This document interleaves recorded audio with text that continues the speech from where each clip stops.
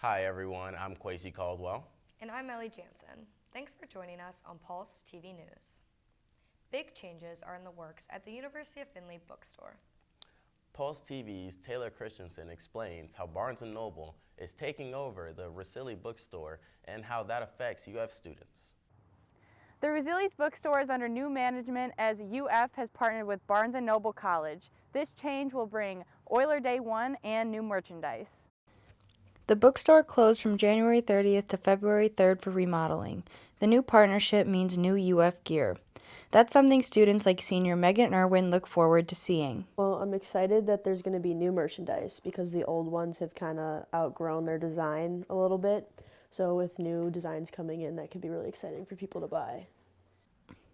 Vice President of Business Affairs Kimberly Williams says beginning in fall 2023, students will be directed to use Oiler Day 1 for all course materials needed, such as academic books and sites. The new system is supposed to streamline the process and maybe even save students money. For PulseTV News, I'm Taylor Christensen.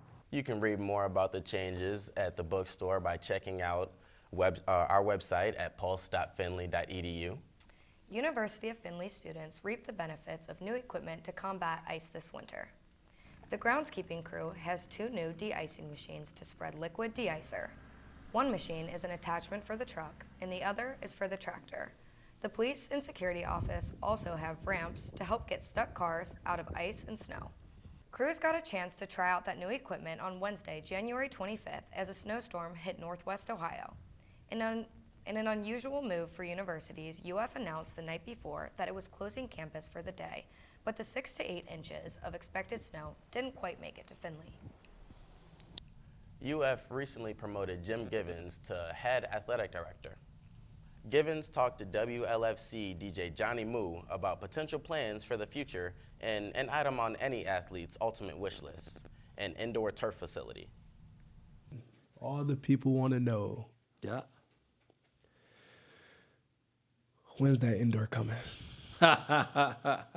You know what? If it's up to me, man, it's going to come really, really soon. But, I'm not afraid to say that we've had a lot of very good discussions and with some very key people. And certainly in my position now, I'm going to have a little bit more of a forum to go to Dr. Fell. And I will tell you that Dr. Fell is our biggest supporter. Yeah. You can check out that interview on WLFC's YouTube page. UF Student Government announced its music festival coming to campus this spring. That's right. I sat down with Ashlyn Coleman, head of SGA, and talked about the concert headlining rapper Young Gravy. Student Government Association is back headlining the Oiler Music Festival. This event has been in the works for a long time, seeing as the last time it was supposed to happen was before COVID struck. I had a chance to speak with SGA President Ashlyn Coleman, who gave me a little insight on SGA, the event, and what got her interested in all that in the first place. I have always had a passion for clubs and organizations and getting to do events. So freshman year, I joined SGA as a student senator. And then sophomore year, I was on the E-board as Sergeant at Arms. Junior year, I moved up to vice president, and then this year I took over as president. Dedicated as any good president should be, Ashlyn has devoted her time in trying to bring back some of the ways of old here at UF. March 25th at 7 p.m., SGA will be hosting Young Gravy to showcase the Oiler Music Festival. This talented young artist is hopefully the first of many who are gracious enough to give back to some college communities, and thankfully UF is set for action. So my advisor and I took suggestions from, our peers, the SGA Senate, other students, and Young Gravy kept coming up over and over again.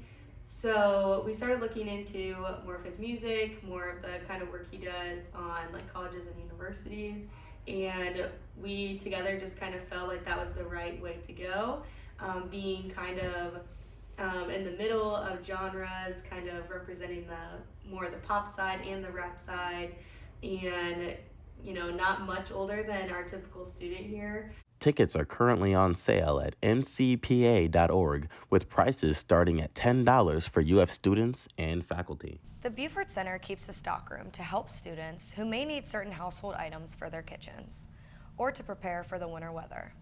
But the stock is running low. It is asking for donations of clean, ready-to-use items such as pots and pans, cooking utensils, and small appliances like toasters, blenders, or microwaves. You can also help keep students warm by dropping off winter coats, hats, gloves, blankets, and boots, just to name a few. You can drop these items off at the Buford Center between 9 a.m. and 4 p.m. The University of Findlay recently announced it reopened Derek's Hangout. The former smoothie shop is located at Kaler Fitness and Recreation Complex and has a little different vibe. You can find board games, TVs, arcades, gaming systems, and much more there. The Student Government Association provided funding to renovate the space. Bill Johnson, Director of Orientation and Student Persistence, says this is to provide a safe and fun place for students to hang out, and it's free. Derek's is opening the same hours as the Rec Center. Thanks for joining us. I'm Kwesi Caldwell. And I'm Ellie Jansen. We'll see you next time on Pulse TV News.